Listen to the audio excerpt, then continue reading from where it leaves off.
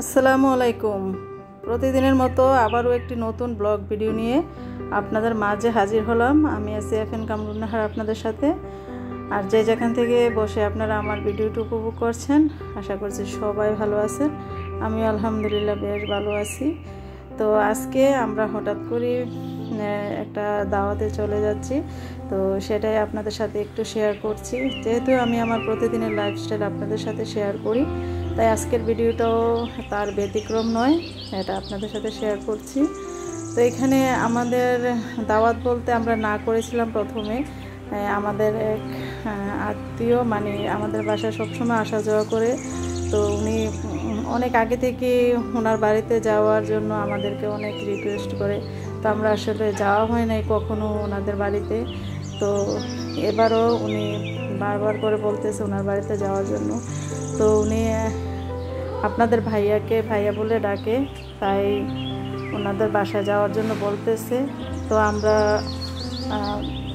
সবাই রেডি হয়েছি যে এবার ভাইয়ার বাড়িতে যাব ইনশাল্লাহ। তো এই জন্য আমরা রওনা করে দিয়েছি। তো যেতে যেতে রাস্তার যে প্রাকৃতিক দৃশ্যগুলো কিন্তু খুবই ভালো লাগে, তো সেগুলো একটু শ্যুট করে নিলাম। এখন আমরা আছি বিশ্ব রোডে। তো তারপরে কিছুক্ষণ পরে আমরা গ্রামের রাস্তায় যাব। তো এগুলো আপনাদের সাথে একটু শেয়ার করছি, খুবই ভালো লাগে। আর ওই ভাইয়াটার কথা বলছিলাম, ওই ভাইয়া আসলে আমাদের তেমন কোনো রিলেটিভ হয় না, কিন্তু আমাদের সাথে চলাফেরার যে ওনার আন্তরিকতা, সেটা আত্মীয়র চাইতে কিন্তু অনেক অনেক বড়। তো এটাই আসলে মানুষের সাথে যদি অন্তর দিয়ে মিশে, তাহলে আত্মীয়র চাইতেও কিন্তু যারা পর মানুষ, তারাও কিন্তু অনেক কাছের মানুষ হয়ে যায়। এই আর কি। আসলে কথা বলতে বলতে কিন্তু অনেক কথাই বলে ফেলেছি, তাদের সাথে শেয়ার করেছি। তো উনি আমাকে সবসময় আপা বলে ডাকে, আর আপনার ভাইয়াকে ভাইয়া বলে ডাকে, সব সময় আপা আপা ডাকে। তো এই জন্য ওনার বাড়িতে যাওয়া, এই আর কি। তো এখানে আমরা সবাই রেডি। এখানে ফাতিহা সুরাইয়া, এই তো ওরা আছে, আমার ছেলে নাফি, তারপরে ওরা চিপস খাচ্ছে আর গাড়িতে খুব মজা করতেছে। আর এদিকে ফাইজও বসে আছে এখানে, আর সামনে বসছে আপনাদের ভাইয়া। এই তো সামনের ভিউটা দেখাচ্ছি। আসলে ভালোই লাগে যখন এরকম রাস্তায় সবুজ গাছপালা দেখা যায়, মনটা খুবই ভালো হয়ে যায়, খুব ভালো লাগে। তো আমরা কিন্তু এখন গ্রামের রাস্তায় অলরেডি চলে আসছি।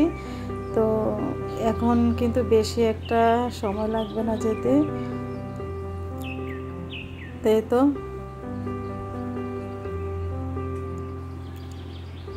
তো আসলে ডিটেলস ভাবে যদি পুরোপুরি দেখাতে পারতাম, তাহলে কিন্তু ভিডিওটা অনেক অনেক কিন্তু বড় হয়ে যেত। তো তোমাদেরও ধৈর্য ধরতো না, আমারও ধৈর্য ধরতো না, তাই শর্টকাট করে ফেলেছি ভিডিওটা। একদম বেশি বড় ভিডিও কিন্তু আসলে কেউ দেখতে চায় না। তো আমরা প্রায় কিন্তু কাছাকাছি চলে আসছি। গ্রামের রাস্তা কত ছোট দেখতেই পাচ্ছ বন্ধুরা। তো আসলে গাড়ি ওনার বাড়ি পর্যন্ত কিন্তু যায় নাই, অনেকখানি জায়গা পরে আমরা হেঁটে গেছি।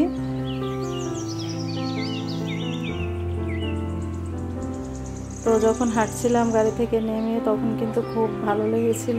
তো আমরা এখন গাড়ি থেকে নেমে গেছি, এতটুকুই কিন্তু যাই। তো আর একটু মোটামুটি 10 মিনিটের মতো রাস্তা হাঁটতে হয় ওনাদের বাড়িতে যেতে হলে।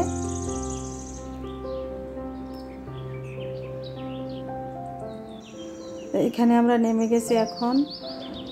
তো ওনাদের জন্য আমরা যে ফল মিষ্টি এগুলা নিয়েছি, এগুলা ওনাদের বাড়ি থেকে লোক এসে এগুলাকে এখান থেকে নিয়ে যাবে,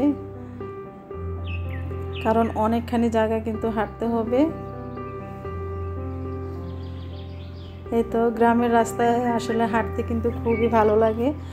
কার কাছে কেমন জানি না, আমার কাছে কিন্তু বেশ ভালোই লাগে। এই তো কত সুন্দর কাঁঠাল ধরে আছে গাছে। এখন যেহেতু ফলের সিজন, আম কাঁঠাল এগুলো কিন্তু দেখতেই পাওয়া যায়।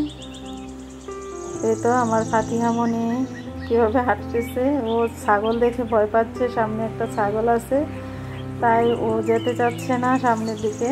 তারপরে আমি নিয়ে আসলাম ওকে। এখন ওর আব্বুর হাত ধরে হাঁটতেছে। তো আমরা প্রায় কিন্তু এসে গেছি ওনাদের বাড়িতে। তো ওনাদের বাড়ির পাশে হচ্ছে অনেক বড় একটা পুকুর।